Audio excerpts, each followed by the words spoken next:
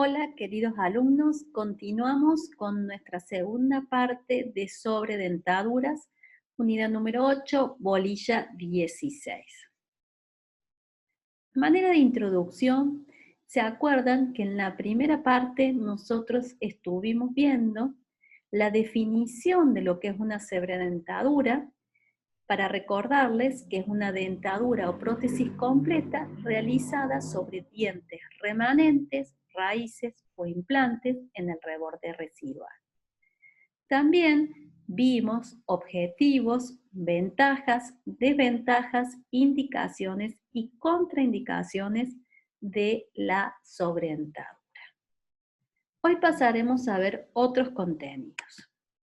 Y empezaremos con un tema muy importante que es la selección de los pilares radiculares. Para ello vamos a tener que tener en cuenta tres factores: morfología del diente, soporte alveolar y la endodoncia de nuestro pilar. Con respecto a la morfología del diente, en el maxilar superior se usan los de mayor a menor frecuencia en cuanto a su volumen y tamaño, como son los caninos, incisivos centrales, segundos premolares y primeros molares. El canino es el elemento dentario que se utiliza como más frecuencia como pilar de la sobredentadura. ¿Por qué? Imagínense, por su tamaño, porque es el último que se pierde en la arcada, conserva el hueso, y porque tiene la raíz más larga. En el maxilar inferior mandíbula también tenemos de más a menos como pilares de la sobredentadura. Ellos son los caninos, los primeros o segundos premolares, los primeros molares y a veces los incisivos. Los caninos y premolares son los que tienen las raíces más largas y los incisivos se usan muy poco. ¿Por qué será? Será por su raíz débil y su estrechez mesiodistal. En cuanto al soporte alveolar, para seleccionar un diente como pilar debemos analizar tanto clínica como radiográficamente ese elemento dentario. Clínica hay que usar la sonda periodontal y detectar la presencia y profundidad de bolsas periodontales. Además, clínicamente debemos comprobar la movilidad. Movilidades muy grandes están contraindicadas. Si hay un movimiento de más de 2 milímetros, no debe ser escogida como pilar. Y en cuanto a la endodoncia de nuestro pilar, ver si la raíz que nosotros vamos a utilizar está bien hecha la endodoncia. Se va a comprobar la curvatura de la raíz, si existe calcificaciones, si se puede acceder, porque a veces en pacientes de mucha edad los conductos están muy calcificados y no se puede acceder, no se puede hacer el tratamiento de conducto, entonces esto imposibilitaría usarlo como un pilar, ¿no?, para la sobredentadura. Todo esto hace la curvatura, el largo de la raíz, eh, el tratamiento de conducto que esté bien hecho, la accesibilidad y las calcificaciones, al éxito o no de nuestro tratamiento. Algo también muy importante tener en cuenta el número de dientes que tenemos en boca.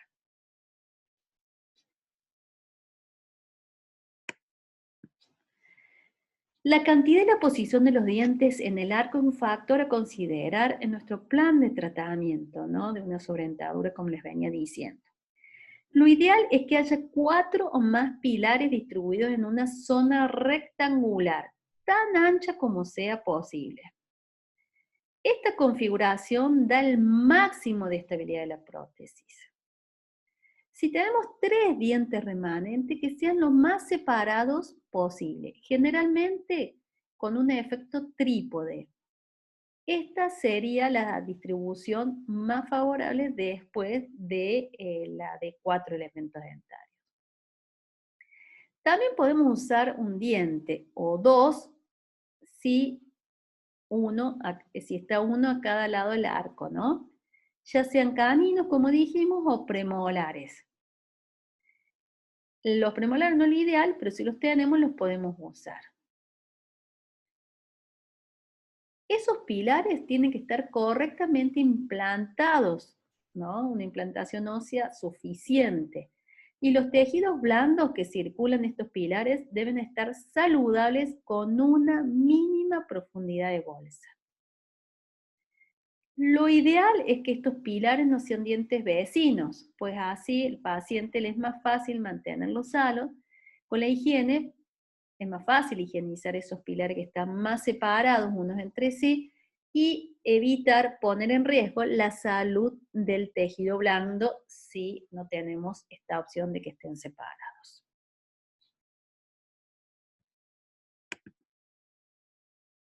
En cuanto a la preparación de los pilares, nosotros seleccionamos nuestros pilares, realizamos los tratamientos de conducto con las indicaciones que dijimos anteriormente, un correcto sellado, que estén en largo y que estén en muy buenas condiciones.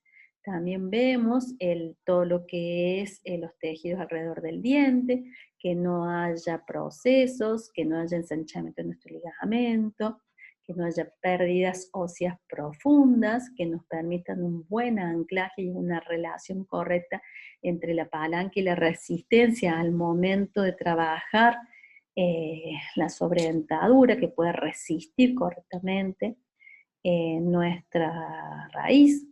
Preparamos, hacemos un pequeños tallado de nuestros elementos dentarios, confirmamos esos pilares que venimos hablando en este tiempo.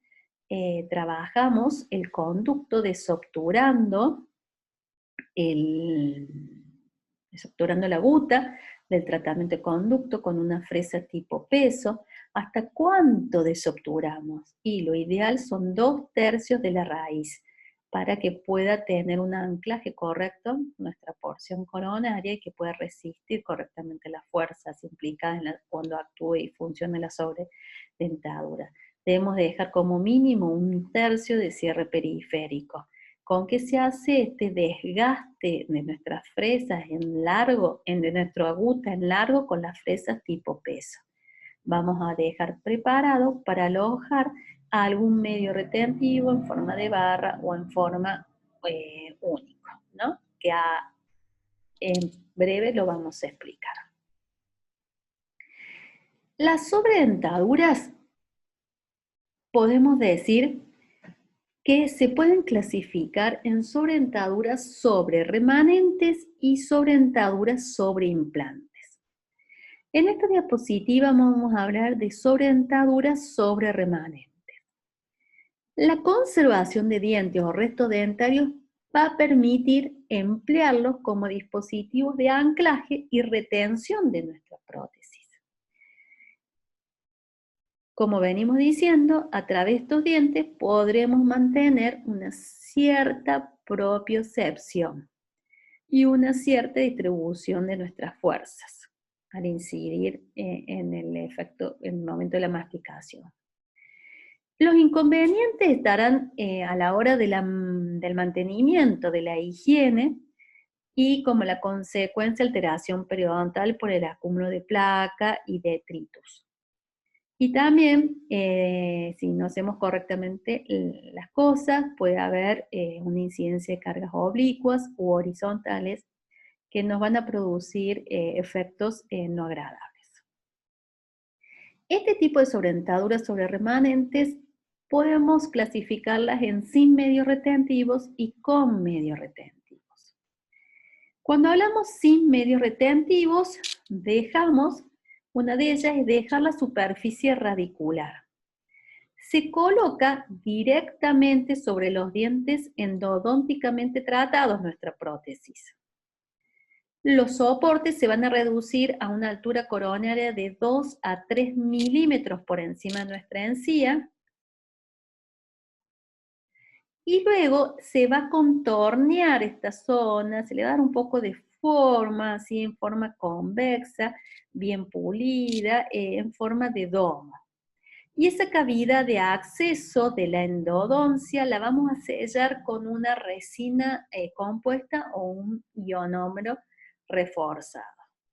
Todo esto tiene que estar muy bien pulido para no producir ningún tipo de lesión a la lengua o al tejido blando que lo rodea.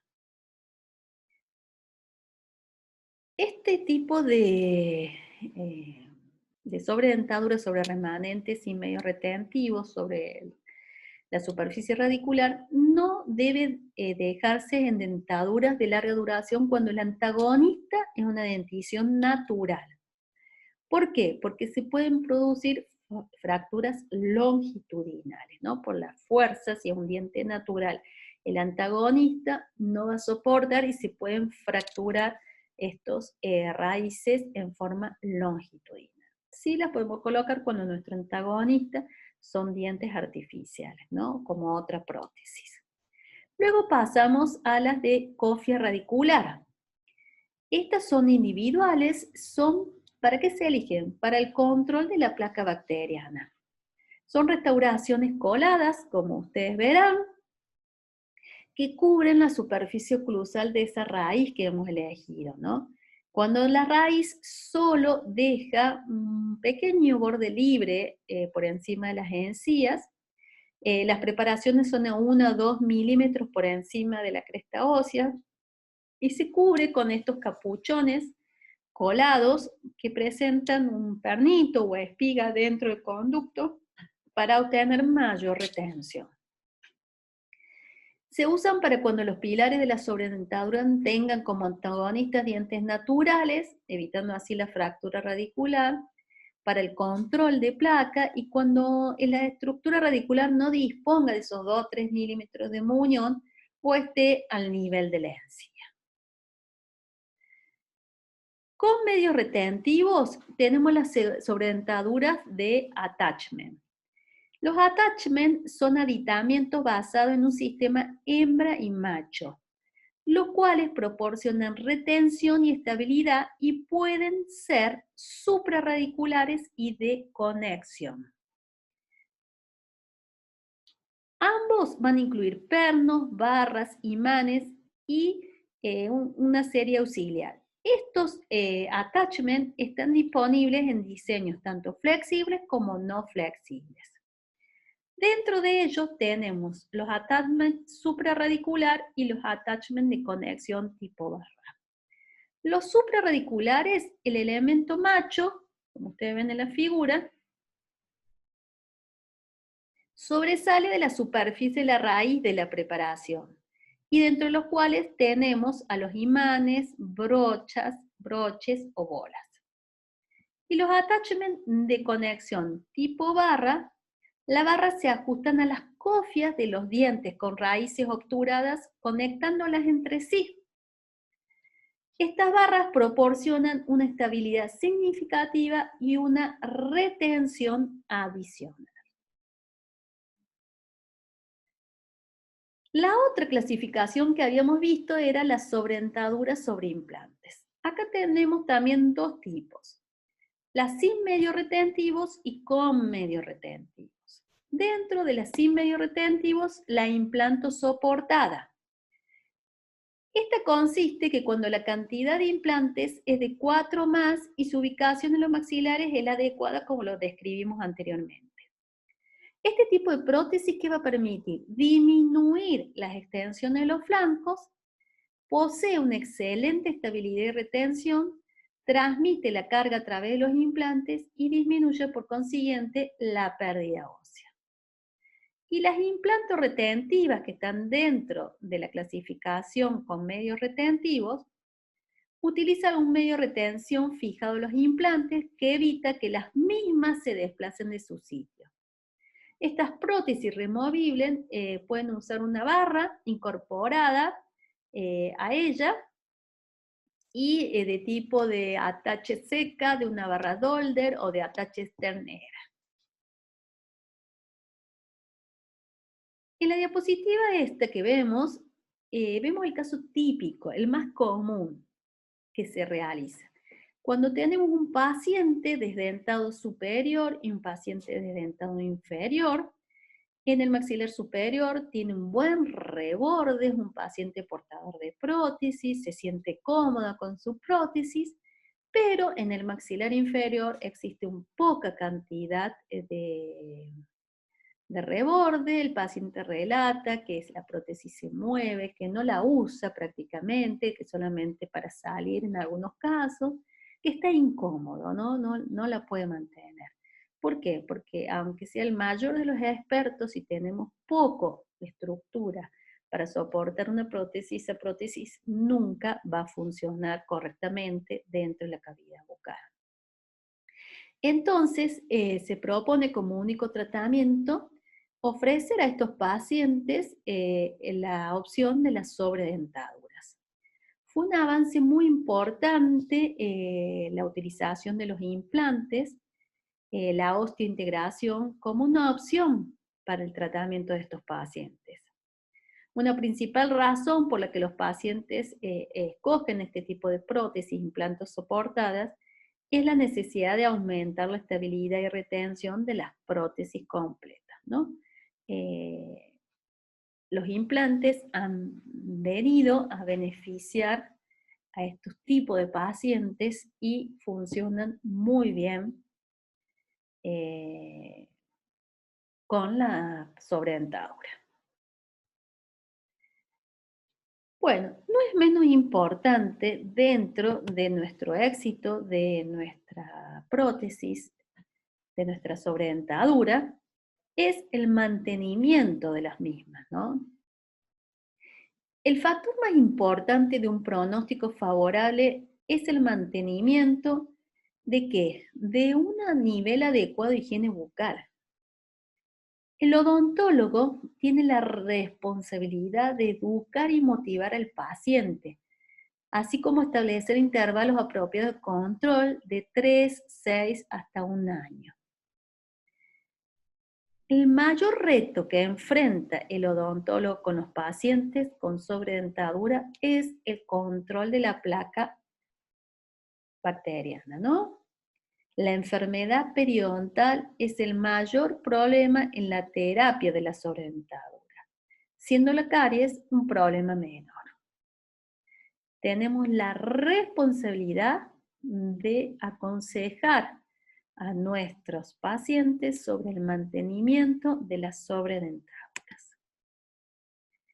Para ello, debemos motivarlo en las normas de higiene, enseñarle a higienizarse con un espejo, mostrarle el cepillo adecuado, los elementos necesarios para cepillarse, cepillar los dientes y las prótesis por separado, las prótesis utilizar cepillos indicados para prótesis o un cepillo de uña, enseñarle cómo debe tomar la prótesis al momento de lavarla en forma palmar, dentro de un recipiente para que no se caiga y se rompa, cepillar esos raíces o dientes que nosotros hemos tallado, que sirven de pilar en nuestra sobredentadura minuciosamente, con un cepillo de diente especial, cepillos interdentales, que vienen especialmente para cepillar estas zonas, ¿no?